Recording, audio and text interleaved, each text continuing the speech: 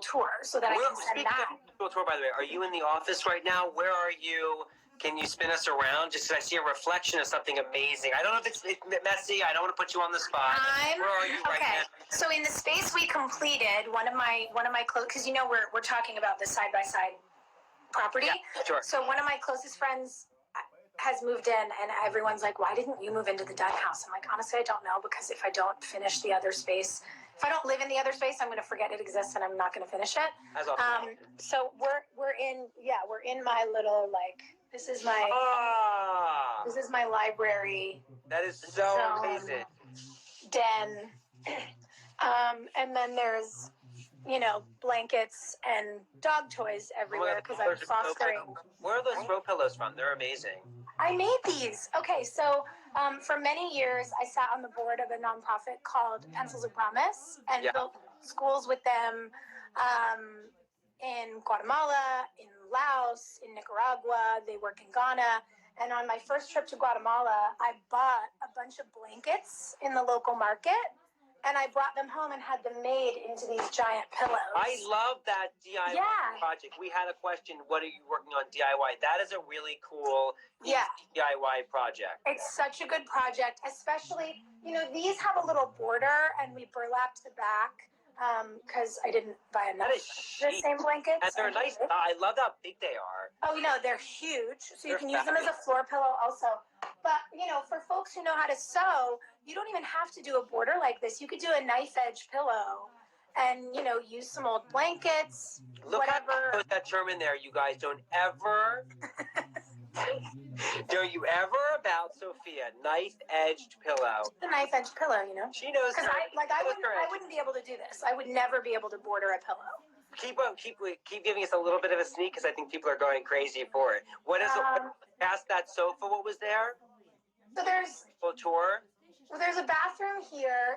These actually, I'm very excited to tell you about. So the posters are amazing. See, this is what's wrong.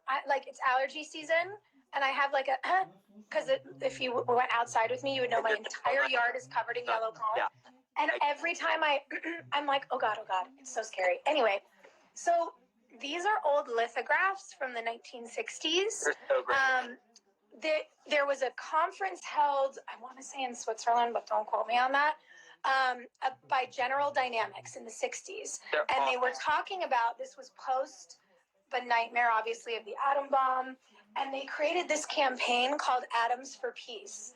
And I have three, I have the French, the English, and the Spanish, these lithographs, and they were put up all around for this huge global conference about all the things that we could use atomic energy for that would bring peace to the world. Sure. And I just love it. I love it so much. And then the thing that you're seeing reflected. Yeah, what's the neon sign everybody wants to know about? Okay, so you know this, but all of my friends call my house the Tree House. Yep. And we have a friend here in LA. His name is Chad Bowker. He's an incredible steel worker, and he made these, and they're two separate signs, but he made these two signs, one tree and one house, and they sit side by side.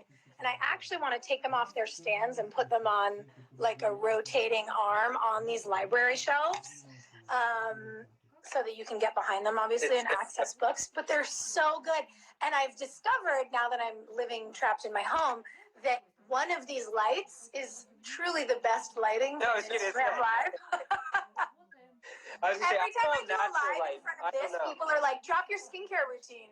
And when I do a live anywhere else, they don't say that. So I don't know if it's so much about my routine. I think it's about the light.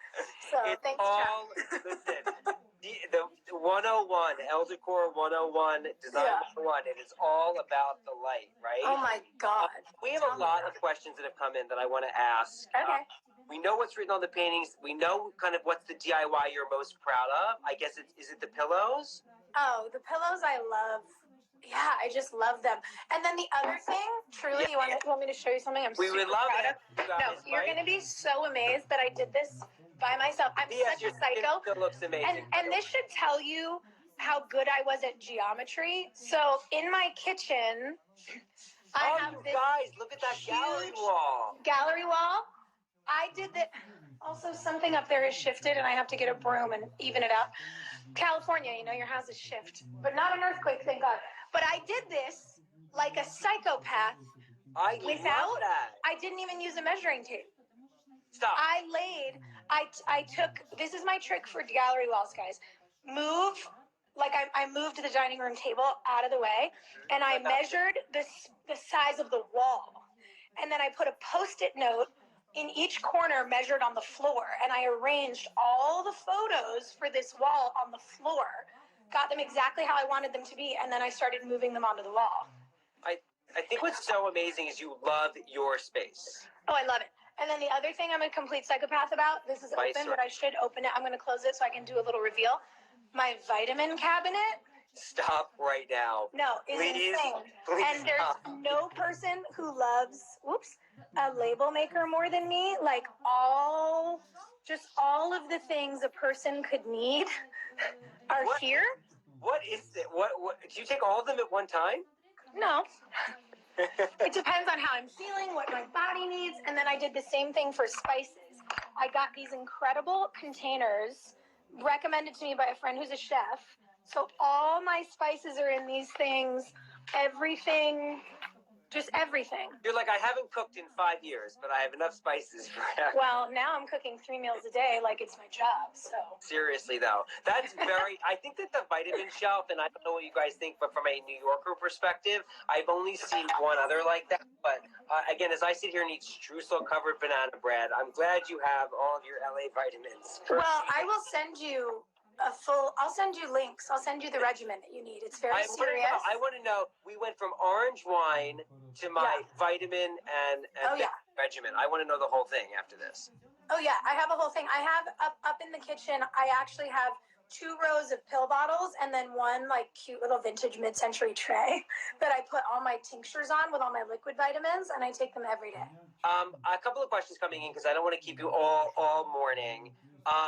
We've got one funny one. I'm going to go right to it. Bill Patel, you may remember William, my lovely publisher. When are we doing your main house? That's what he wants to know. ASAP? You know what I need to do? Here's the thing. Let's start planning early. Yeah, and we honestly should. And this is a real thing, obviously, for all of us. Like, all joking aside, none of us is working right now, which is so crazy. You know, I was 3 days away from starting to shoot my new show. And then we had to pause production and send everyone home. And that's stressful for us. That's stressful for the crew. So once I'm back to work, then I can spend money on the house. Got it. That's how it You know? Yeah, that's how it works. You have to like make money if you want to spend it.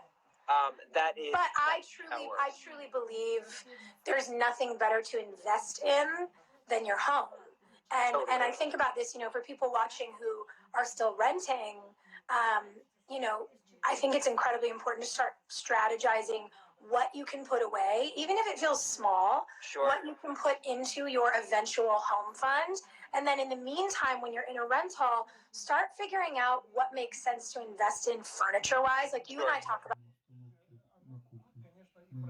this so much, because you know that I love to find weird vintage. I love to go to the flea market. I'm like not one of those people who needs everything to be expensive. Not one of those people who needs everything to be expensive. No. But there's pieces that everything to be expensive. No. But there's pieces that I know are worth investing in. Like in the feature we did, if you guys go look at it, the dining room table in the house is this beautiful, like 1960s Knoll marble table. It's a classic design piece. Yeah. It was an investment, and it was the kind of thing that I knew that no matter where I ever moved, that would go with me.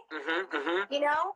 So, I wouldn't recommend getting a custom couch measured to your living room if you're renting an apartment. Sure. But I would say invest in a really great vintage piece that is your coffee table or your dining table or your chairs, things that can move with you while you're being smart. Because, you know, I think about, nobody was talking to me about this when I was in my 20s. Like, you know how much dumb shit I spent money on that I regret? Totally. And I try to pass it along now. It's like you have you know, do it once and do it well. Keep your piece for life. Yeah. Super smart. find, and I think we'll wrap up in a minute, and I want anyone to ask any last minute questions. There's a lot of questions that just basically say, I love you, Sophia. Oh, well, that's very cool. I can't answer that question because it's more of a statement, but